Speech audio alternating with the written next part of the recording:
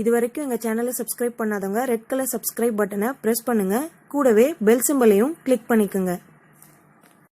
Hi viewers, welcome to அடுப்படி சமையல். இன்னைக்கு நான் உங்களுக்கு செஞ்சு காட்ட போற ரெசிபி என்ன அப்படின்னு பாத்தீங்கன்னா போண்டா. இந்த போண்டா வந்து மைதா மாவுல எப்படி ஈஸியாவும் சீக்கிரமாவும் செய்யலாம் அப்படிங்கறத நான் இன்னைக்கு உங்களுக்கு சொல்ல போறேன். இதுக்கு செய்ய தேவையான பொருட்கள் என்னென்ன அப்படிங்கறத பார்க்கலாம். 250 கிராம் மைதா மாவு எடுத்திருக்கேன்.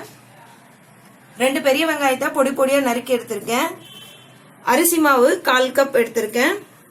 சோள மாவு 2 டேபிள் ஸ்பூன் எடுத்திருக்கேன். ஆப்பசோடா மாவு 1 டேபிள் ஸ்பூன் எடுத்திருக்கேன். தயிர் 3 டேபிள் ஸ்பூன் எடுத்திருக்கேன். பச்சை மிளகாய் 2 பொடி பொடியா நறுக்கி வச்சிருக்கேன். ஃபுட் கலர் கொஞ்சமா எடுத்துக்கோங்க. டிஷ்க்கு தேவையான அளவு தண்ணி, கருவேப்பிலை கொத்தமல்லி தேவையான அளவு, உப்பு தேவையான அளவு, எண்ணெய் டிஷ் பொரிக்கிறதுக்கு தேவையான அளவு. இப்போ குக்கிங் ப்ராசஸ் எப்படி பண்ணலாம் அப்படிங்கறத பார்க்கலாம். இந்த மாதிரி ஒரு கடாய் வச்சுக்கோங்க. கடாயில போண்டா பொரிக்கிற அளவுக்கு தேவையான எண்ணெய் ஊத்தி அதை கொஞ்ச நேரம் நல்லா காய விடுங்க.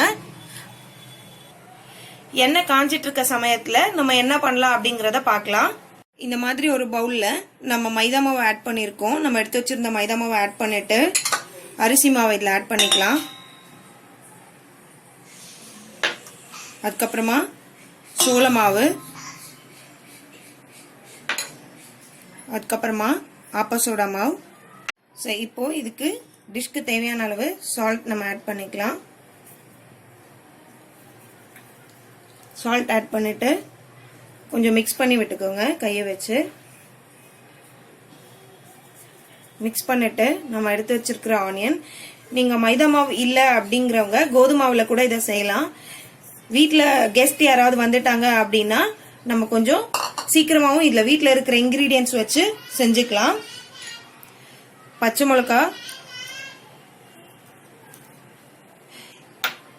மிளகாய் வந்து உங்களுக்கு இன்னும் கொஞ்சம் எக்ஸ்ட்ரா தேவை அப்படின்னா நீங்க இன்னும் கூட ஆட் பண்ணிக்கலாம். ஃபுட் கலர் வந்து ஆப்ஷனல் தான். ஒயிட்டா வேணும்னு நினைக்கிறவங்க இதை ஒயிட்டா கூட செஞ்சு சாப்பிட்டுக்கலாம்.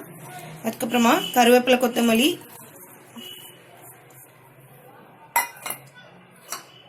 இதுக்கப்புறமா நம்ம எடுத்து வச்சிருக்கிற 3 கரண்டி தயிர். இதை போட்டு நல்லா முதல்ல பிசைஞ்சுக்குங்க. இது வந்து போண்டா மாவு பதத்துல நம்ம வந்து பிசையணும். இது கூட இன்னும் கொஞ்சம் தண்ணி வேணும்னா கூட நீங்க ஆட் பண்ணிக்கலாம். இது கூட தண்ணி ஆட் பண்ணிக்கோங்க. கொஞ்சம் கொஞ்சமா ஆட் பண்ணிக்கோங்க, நிறையெல்லாம் ஆட் பண்ணாதீங்க. போண்டா மாவு பதத்துல வர வரைக்கும் நீங்க அப்படியே லைட்டா தண்ணி விட்டு இதை நல்லா பிசைஞ்சு எடுத்துக்கோங்க. இப்போ நம்ம எடுத்து வச்சிருந்த எல்லா இன்கிரீடியன்ஸும் ஆட் பண்ணி இதை போண்டா மாவு பதத்துக்கு ரெடி பண்ணி எடுத்துட்டோம். தண்ணி இன்கேஸ் எக்ஸ்ட்ரா ஆயிடுச்சு அப்படின்னா நீங்க எடுத்து வச்சிருக்க மைதா மாவுல கொஞ்சம் இல்ல அரிசி மாவுல கொஞ்சம் ஆட் பண்ணீங்கன்னா கொஞ்சம் திக்காயிடும். அதுக்கப்புறமா போண்டா மாவு பதத்துக்கு இந்த மாதிரி வந்துடும். ஸோ நீங்க கையில எடுத்து இந்த மாதிரி விடுற அளவுக்கு பதத்துல நீங்க ரெடி பண்ணி எடுத்துக்கோங்க. எடுத்துட்டு இப்போ நம்ம ஆல்ரெடி ஆயில் சூடா இருக்கு, போண்டா ரெடி பண்ணலாம்.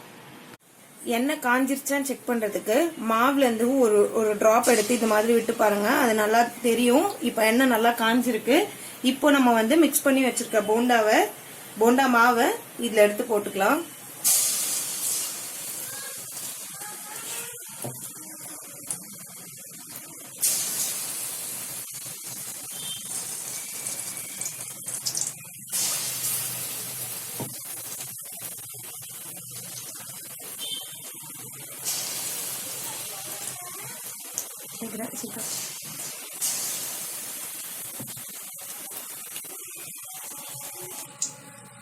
இத கொஞ்சம் மீடியம் ஃப்ளேம்ல வச்சு பொரிச்சு எடுங்க.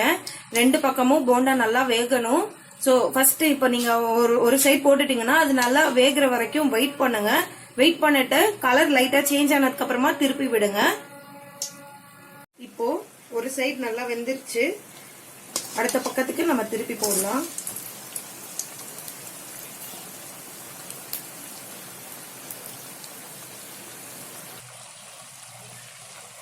உங்களுக்கு இன்கேஸ் நீங்க சாப்பிடும்போது ஹார்ட் ஆயிடுச்சு அப்படின்னா, போண்டா கொஞ்சம் ஹார்டா இருக்குன்னு நீங்க ஃபீல் பண்ணீங்க அப்படின்னா நீங்க கொஞ்சமா 1 ஸ்பூன் அளவுக்கு தயிர் ஆட் பண்ணிக்கோங்க.